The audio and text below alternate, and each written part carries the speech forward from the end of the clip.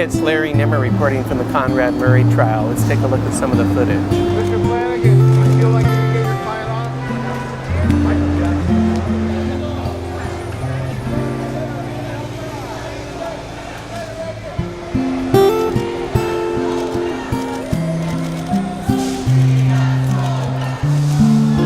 Love you, Jack. Still walking.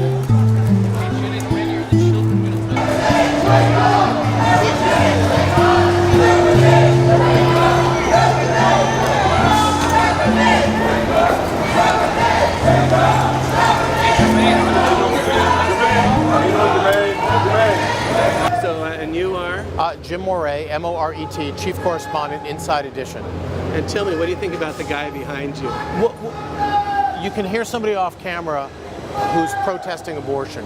And outside the courtroom today, Monday, you saw an anti-Wall Street group protesting. There's so many people watching this courtroom right now for Michael Jackson's trial, the trial of Conrad Murray, that other people are using the media to get their message out, and I understand that. I mean, it's very loud.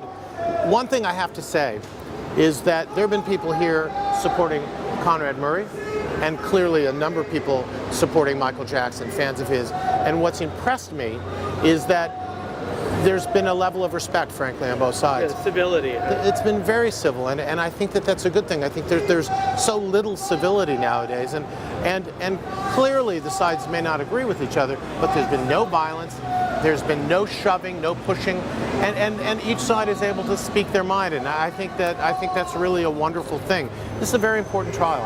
It's important for Michael Jackson's family, for his fans, and I'm sure it's important for Conrad Murray as well. His career is on the line. Look, what he did is arguably just horrific. There's so many different issues here and so many violations of the standard of care that I think the prosecution so far, still their case, but they put on a very compelling case so far. What's sad is, and I've talked to a close friend of the Jackson family, and we've seen it, is that even in death, Michael Jackson will be put on trial in some way. His drug history, whether he was an addict or not, whether or not he gave himself propofol, the defense strategy. And it's sad, I know, for the family in particular, and for his fans, that Michael Jackson is being put on trial once again. Joe is when I first met him, he was just kind of like standoffish, but after I got to know him, he was like a jokester. But I think it was first standoffish because he wanted to, get to know people first. I'm going to turn this around, and I'm going to get in on this too. Okay. Because just tilt it up. After Michael died, I went around interviewing people about Michael, and African American people I found stood up for Joe Jackson more than others. And part of it was that Joe Jackson has a bad rap for hitting his kids. But a lot of African American people told me that was normal in the African American community to kind of raise your kids, and look how well they came out. Exactly. All of his kids, they're not criminals or anything like that. It was a poor time back then. There was a lot of prejudice going on, and he wanted to make sure that his kids were taken care of, and that they did what they needed to do, and that's all there was. I feel that Michael was a very sensitive person, and maybe he wasn't even getting a spanking himself, but he would just feel so much for everybody else, for his brothers and sisters or whoever it may be, if someone, if they were going to get a spanking. But it wasn't to kill them or to harm them or to hurt them or to abuse them. It was just to help them to get to where they got, and he did that. You think Joe is misunderstood? Yes, I do. Yeah, because Joe loves kids too. I've seen him around kids. He loves kids, just like their mother does. So I feel like that's why the kids love kids. All of their kids love kids as well, and not just Michael. So it was great. And I think that's wonderful. And Quietus has kept us a lot of white people who also raise their kids that way too. I'm from my family's from the South, so there's a lot of white people that raise their kids giving them spanking as well. So nowadays it's a different thing that people say, but maybe that's why you get more criminals and stuff going on nowadays. So you never know.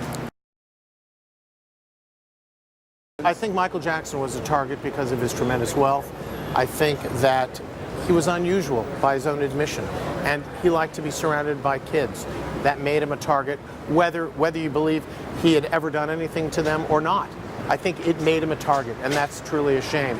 But you see that with the This Is It tour, that it was an opportunity, certainly in his mind, to regain the status that he felt he had lost as the king of pop. And the fact that there were 50 sold-out shows and enough demand for another 50, I can't think of another entertainer in the world who could have commanded 100 shows at a single arena over a 3-year period. It's just amazing. It's amazing, and it's a shame. Have you seen This Is It? It seems like that's really rehabilitated Michael, that people have so much more respect for him after seeing it. I brought my daughter to This Is It, and she's now 25. And she had been a Michael Jackson fan, but never to the level that I was, because different generation. But at the end of that movie, she turned to me and said, "You know, Dad, I always thought he was talented, but now I can see he was a genius." And you came away feeling tremendously sad. I was very sad after seeing This Is It. I actually saw the premiere in Los Angeles, and I found it very sad, because you saw everyone gets older. And Michael Jackson was about 50 at the time, so clearly he's not 23, able to dance the way he was. But his mind was there, and he was able to hear in that music things that we couldn't, because he was giving instructions to the keyboard player, telling him to follow the beat a certain way. And it was unreal to see the level of talent and the understanding. He knew exactly what he wanted, and you came away after watching This Is It feeling like this death did not have to happen. Simple as that. You didn't see somebody at death's door. And that's what you're hearing so far in the testimony. He was excited about this concert. This was not 50 dates, one after the other. This was 50 dates over a 9-month period. He'd work, then be off for 3 days. There was no travel. He'd go right to his hotel.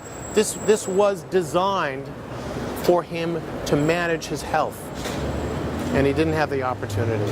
For the fans, I think this is still a tribute to Michael Jackson's life, and they're looking for a verdict to hopefully vindicate them and say, this is a person who was responsible for Michael Jackson's death, and he should pay. You're not saying he's going to jail for the rest of his life, but clearly this is a very important trial for Jackson fans. Hey, thanks a lot. Nice Sure, to hear you. sure. Thanks. You're always very I hope generous with that the no, press.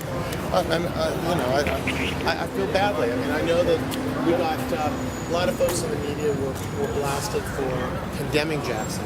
And I really tried to be straight during the trial, the molestation trial. The turning point in the molestation trial for me, and I suspect for the jurors as well. Tom Mesereau was a brilliant attorney, still is. Tom Mesereau has said to me, what you try to do in every case is give a narrative that the jurors can understand. And Janet Arvizo, the mother of the young boy who was allegedly molested, was on the stand. And Tom Mesereau looked at her and said, "Are you trying to tell the ladies and gentlemen of this jury that Michael Jackson tried to kidnap your family in a hot air balloon?"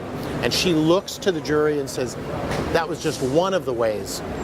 And it was so patently ridiculous that it resonated with me then as it does now, and I suspect that was a turning point, because at that point everything she said seemed ridiculous, and I suspect that to the jurors as well, they said, she's a nut. I know the jury foreman, who's Latino, said she referred to this is how our people act, and he said, no, I'm Latino, and that's not how we act. Yeah, and that again, that was a case where race, ethnicity didn't play into it. What played, the determining factor, I think, in that case was the testimony and credibility of the witnesses. And Janet Arvizo did not come off as a credible witness. The things that she was alleging seemed ridiculous. They did to those of us covering the case, and I suspect they did to those in the jury as well. But when somebody gets on the stand and says, I was kidnapped, but I went and had my nails done, I had a bikini wax, and then I came back and I was kidnapped again. And then they tried to kidnap me in a hot air balloon. You just think to yourself, this is crazy. And you see that was a case, talk about overcharging. The DA in that case wasn't satisfied with the charges alleging behavior against this little boy. He wanted something greater. wanted a conspiracy charge to kidnap a family and keep them from saying bad things about Michael Jackson, and nobody bought it. Hi, it's Larry Nimmer. One of the fun things I've been doing here is I've been giving out some souvenirs made by a fan, Pam Myers, and people have really appreciated getting these homemade free souvenirs, kind of in the spirit of Michael. It's kind of a giving spirit. I even gave one of the souvenirs to one of the ladies who's here in support of Conrad Murray, and I feel sympathy for her. I feel sympathy for Conrad Murray too, for that matter. Well, I feel sorry for the poor guy, even though I think he did an awful thing. But you might call it the Christian thing in me, even though I'm a Jewish guy. In that, in a way, I forgive Murray. I mean, I guess I think he deserves prison time, and I think he's done an awful thing, but I think he certainly didn't mean to, and apparently some people think he's a good guy, like the people I've talked to that are in support of him here. So he does have a good side to him, like everybody does. Then my brother would say, well, did Hitler have a good side of him? And I'd say, maybe he did, you know.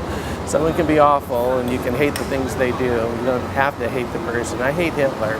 I don't know that I hate Conrad Murray. I feel really bad about what he did. He ruined so much and ruined a world resource. But anyway, she appreciated getting the souvenir, and she said, oh, I'm going to give this to Mr. Murray. Conrad loved Michael, and he'll appreciate getting this. So, Pam Myers, you might be pissed off that I even gave one to Conrad Murray, but let's all be in love with Michael and get whatever love back and forth we can in the name of Michael. Well, Pastor, you were talking about Michael's kids, how they seem to be growing up well. What do you think about watching them grow up? I think Michael's children are tremendous ambassadors for the kind of dad Michael Jackson was. Whether you believe they're his natural children or not, Michael Jackson was their dad. They loved him as their dad. He raised them as their dad. He's their dad. And the love that you saw and continue to see for him through them, I think is a tremendous testament to the love that he showed them during his life. When you heard Paris speak at the memorial, it was so heart-wrenching. When you hear Prince speak today, they seem like sweet, young, well-adjusted kids, which is not an easy task given the way society is today. Catherine is clearly a loving grandmom who's steering these kids in the right direction, protecting them from the spotlight. The family is hoping that they're not called to testify, but I suspect that if they are, one, I think that there will be no cameras in the courtroom, as there probably shouldn't be for them. But two, I think that they will do a good job if they are required to testify. I'm hoping that they won't, because I think it would be traumatic for them. They're young. There's no need for them to relive this unless there's some information that they have that no one else has. I think otherwise it would not serve a purpose. But I think that the kids are beautiful children, and they're loving children, and I think Michael Jackson would be very proud of them. It's interesting how they kept a sheltered life up to about the age of 12, and then it kind of flipped, and now they have a lot more control over their lives, but they seem to be healthy about it. Any thoughts about that? Well, I think there was so much media attention paid toward Michael Jackson that he wanted to protect his kids, and maybe he went overboard with the masks and all that, but he wanted to protect them. And I, as a parent, I understand that. Look, I've chosen a job that puts me in the public eye. I don't want my kids to be put there unless they choose that. And at 11 and 10 and 8, they're not old enough to decide for themselves. So Michael Jackson exercised his parental control and said, I'm protecting these kids. They were thrust briefly into the media spotlight during Michael Jackson's memorial, but we don't see them out. We don't see pictures of them everywhere. And they seem to be leading a normal life, which is what they should be leading. They're kids, and they should enjoy a childhood. And I think that given the fact that Michael Jackson didn't have a normal childhood, I think he really sought to make sure his kids did. And I think that Catherine is devoted to them and wants to make sure that they have something that her own son didn't. And I think that's a wonderful thing. Thanks a lot. Sure. Thanks, Jim. I have your permission to use this. Well, of course you do. That's right. You're killing me, Larry. Go for it. I was in court today, and I was sitting directly behind the Jackson family. They're very calm, very poised, a little bit emotional, and it's hard to watch. It's hard to watch them. It's hard to watch them watching this information. Absolutely. because I get it. I totally relate to how they're feeling, you know. Aaron Jacobs said that, you know, his fans are grieving along with his family, and that's very true. We are all grieving, and we will forever. So it's hard to watch them, you know, bless their hearts. You know, I'm just sitting in there praying, you know, just give them strength, Lord, you know, give them strength, you know, because it's hard on them. Who was in there today? Janet, Jermaine's wife, Rebe, and 3 other members of the family. I'm not sure who they are. How did Janet look? What did she look like? Beautiful. She is beautiful. One thing I'm impressed with is just how much people loved Michael Jackson, and what they loved about him was his love. Love times love, wow, that's powerful stuff. And I hope you all feel it as well. Larry Nimmer reporting for ABC News. CBS, myself actually.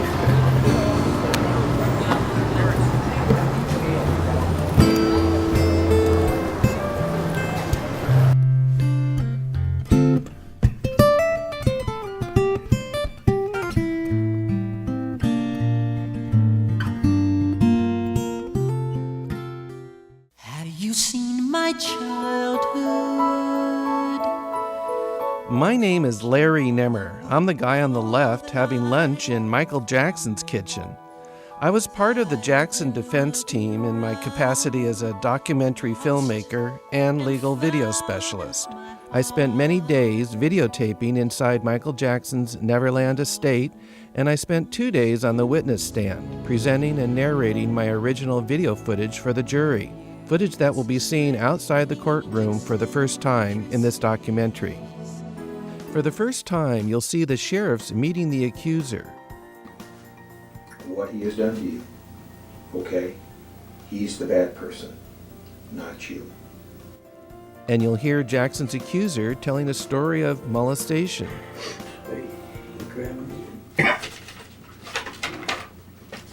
He grabbed you? Where did he grab you at? Private area. He grabbed you in your private area? Sheriff's Department. You'll see an army of sheriffs raiding Jackson's personal living quarters at Neverland Ranch. You'll meet the mother of the accuser. Where were they when I had to walk about 3 hours to get to the doctors for my children, and now all of a sudden they're caring concern because Michael Jackson. You'll view outtakes from the Martin Bashir documentary. I would never do that. I would slit my wrist before I would hurt you. You'll see an exclusive interview with Jackson attorney Tom Mesereau. This was not the kind of situation that Michael Jackson belongs in. He's extremely sensitive, very gentle, very childlike. And you'll meet jury foreman Paul Rodriguez. We felt that Michael was still a kid in a man's body.